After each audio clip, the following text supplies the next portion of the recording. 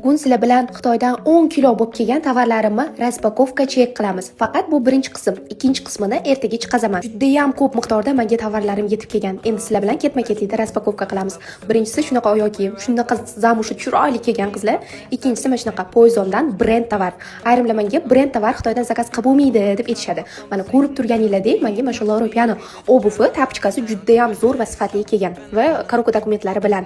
Endi uchinchi tovarda jiyanim uchun mana shunaqa detskiy kiyimcha zakaz qilgandim. Detskiy kiyimlar ham Xitoydan juda ham sifatli keladi. Ha aytgancha ma'lumot o'rnida aytib o'taman. Xitoydan meni tovarlarim 10 kunda qo'limga yetib keldi. Easy Cargo orqali. Men ular bilan 8 oydan beri ishlayman.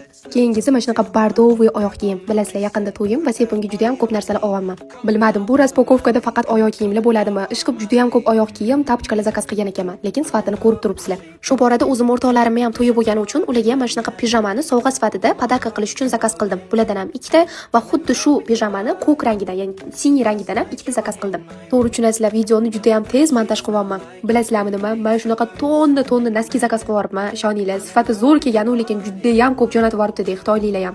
Bilmayman endi bu naskilarni qachongacha kiyaman.